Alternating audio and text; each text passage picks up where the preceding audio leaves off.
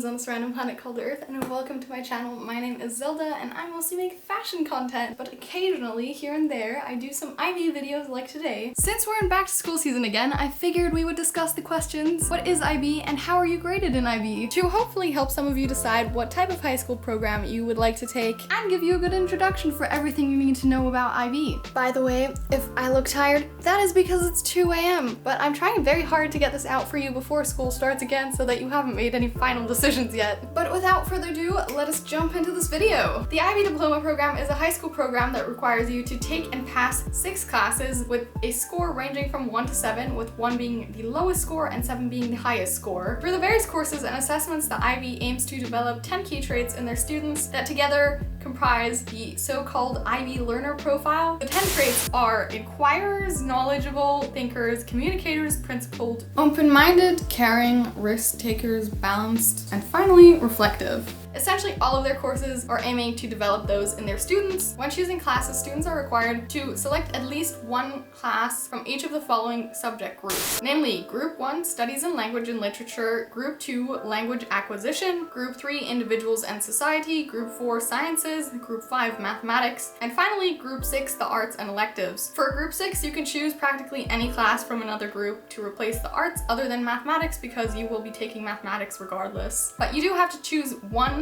at least from each of these 6 groups. Students are required to take a minimum of 3 of these classes at higher level. However, some students decide to take 4, and in even rarer cases, 5 of these classes at higher level. Whatever the case is, the remaining classes you will be taking at standard level. The difference between higher level and standard level is mostly content. As the name states, higher level courses are a higher level course, and therefore you will go into much more depth, whereas standard level courses do slightly less content and usually have fewer exams and assessments. Your score out of 7 for each of these classes is made up of 2 components, the internal assessments and the external assessments. Internal assessments are assessments you predominantly complete in class throughout your 2 years, and they usually make up 20 to 30% of your grade, depending on the class. Internal assessments, aka IAs, are graded by your teacher and moderated externally by the IBO. Being moderated essentially means that the IB collects a sample of the coursework from your entire cohort for a specific assessment, meaning not every single IA is scored by the IBO, but only a small sample from your school. The goal of moderation is to ensure that your teachers don't inflate, or in rarer cases deflate, your grades by having examiners mark your grade and compare their grades to your teacher's grade. Don't quote me on this, but my understanding is that in a cohort of roughly 25 students,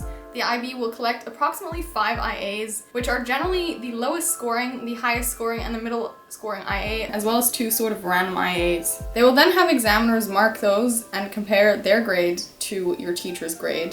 For example, if your teacher says your IA is worth 18 marks, but the moderators say, no, it's only worth 16 marks, they would decrease the entire cohort, aka your entire grade, by 2 marks for that subject. This topic gets a lot more complicated really quickly because what the IB may do is only raise or lower the marks within certain mark bands. For example, they might only lower the mark bands for the highest scoring IA range, whereas they might increase the mark bands for the lowest scoring IA range. I'm not going to further discuss this topic here, mostly because my knowledge on this is super limited, but if you're interested, I would highly recommend you go and talk to your teachers because they probably have information about it that I do not. Anyways, what your internal assessment is differs very, very widely and differs for each course. For example, it could be an oral analysis and a set of essays you write for English, or it could be a lab report you write for physics or chemistry. Your external assessments are made up of 2 or 3 exams that you will write at the end of your 2 years and make up 70 to 80% of your final grade. These will test you on all of the content you have learned throughout your 2 years, or, well, the content that you should have learned throughout your 2 years, and are made up of a combination of short answer, long answer, and multiple choice questions. Most students will write all of these exams in the course of 2 or 3 weeks, usually 2. However, it depends on the annual exam schedule that's released and also your specific subject combination that you take, as different courses are scheduled at different times throughout the examination session. You therefore essentially spend 2 or 3 years literally just learning material, depending on if your school does pre-IB or not, and you don't really contribute anything towards your final grade except for your internal assessment. And only at the very end do you write 15 to 18 exams in a very short time frame that actually makes up the bulk of your final grade. The maximum number of points you can be awarded for those 6 classes is the answer to the ultimate question of life, the universe, and everything, aka 42. Sorry, I really had to. I don't know, it just fits so perfectly, okay? Anyways, yes.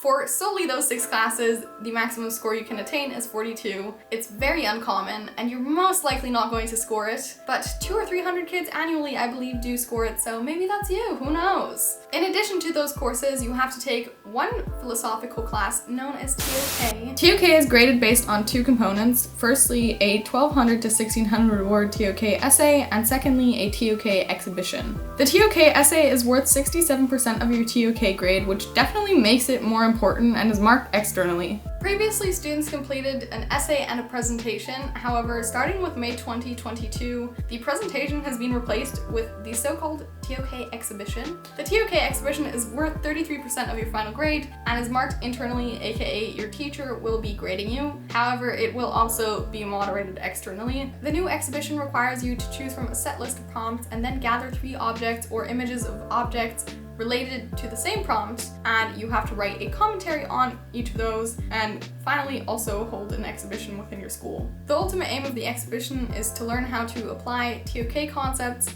to the real world. I have no idea how that works because I never did the exhibition, but hopefully that is useful to you. Furthermore, you must write one extended essay, or EE, which is a 2,000 to 4,000 word essay. The extended essay does have certain guidelines and restrictions, but for the most part you can do it on practically any topic you want, which is why I think a lot of students decide to write their EE on a topic they intend to pursue at university. Either way, both your theory of knowledge, or TOK, and your extended essay, or EE, will be awarded a letter grade, and those 2 letter grades will be combined together to give you a mark out of 3 points. If you would like to see exactly how the different letter grades combine to give you certain TOK/EE points, you can pause the video here to see the EE and TOK grid, which illustrates the combination of letters that makes up your EE and TOK score. This, in total, makes the maximum number of points you can receive with the Ib Diploma 45 points, which is why the final Ib Diploma is scored out of 45 points. To pass IB, you then also have to complete something called CAS and CAS hours. CAS stands for Creativity, Activity, and Service, and you must complete extracurricular activities in each of those 3 strands throughout your 2 years of doing IB, or 3 years if you're doing pre-IB. For the most part, just about any extracurricular qualifies for at least one of those fields. So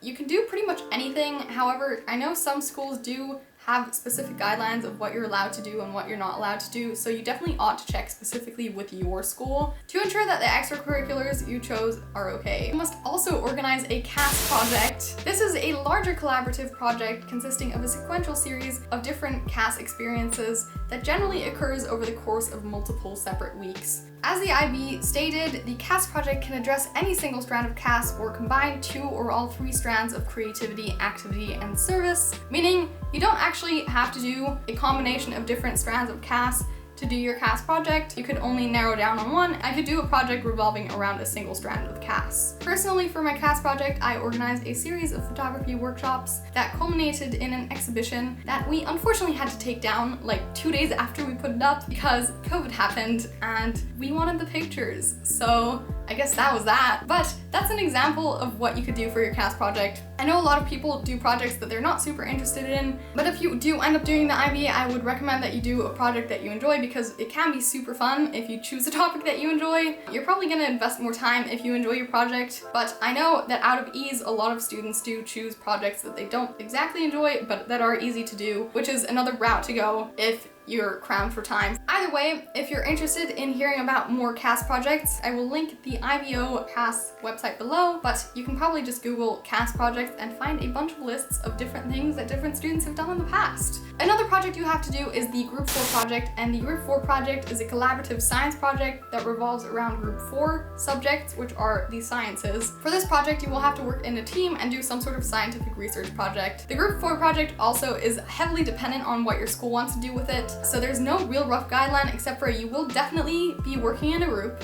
and you will definitely be focusing on science subjects. For example, for your Group 4 project, you could be grading all the science IAs of students from your school in the past and then comparing those grades to the grades that the examiners gave those IAs, which is what my old school did. Or you could do what I did, where we had to come up with a research question to an experiment, conduct the experiment, and subsequently present our results to our class. The Group 4 project can really be so much. That's why I can't give you a rough guideline of what it is, but depending on how your school is organized, It can be super interesting or it could be really boring. I think the best way to know how it is to ask former students from your school. Finally, to actually receive your diploma, you also have to make sure that you abide by all of the IB regulations that are listed here. CAS requirements have been met. The candidate's total points are 24 or more. There's no grade N awarded for theory of knowledge, the extended essay, or for a contributing subject. There's no grade E awarded for theory of knowledge and or the extended essay. There's no grade 1 awarded in a subject or level. There are no more than 2 grade 2s awarded, HL or SL. There are no more than 3 grade 3s or below awarded for HL or SL. The candidate has gained 12 points or more on HL subjects for candidates who register for 4 HL subjects. The 3 highest grades count. The candidate has gained 9 points or more on SL subjects. Candidates who register for 2 SL subjects must gain at least 5 points at SL. And finally, the candidate has not received a penalty for academic misconduct from the final award committee. And that, my dudes, is how you obtain the IB diploma. I hope this What is IB video gave you a little crash course on what the IB is about and how you're graded in IB, and helped you maybe decide what type of high school diploma you want to take, maybe helped you eliminate it or decide that you do want to take IB. Either way, I hope this video was helpful to you, and good luck in whatever high school diploma you choose. Also, have an awesome day. Okay, bye!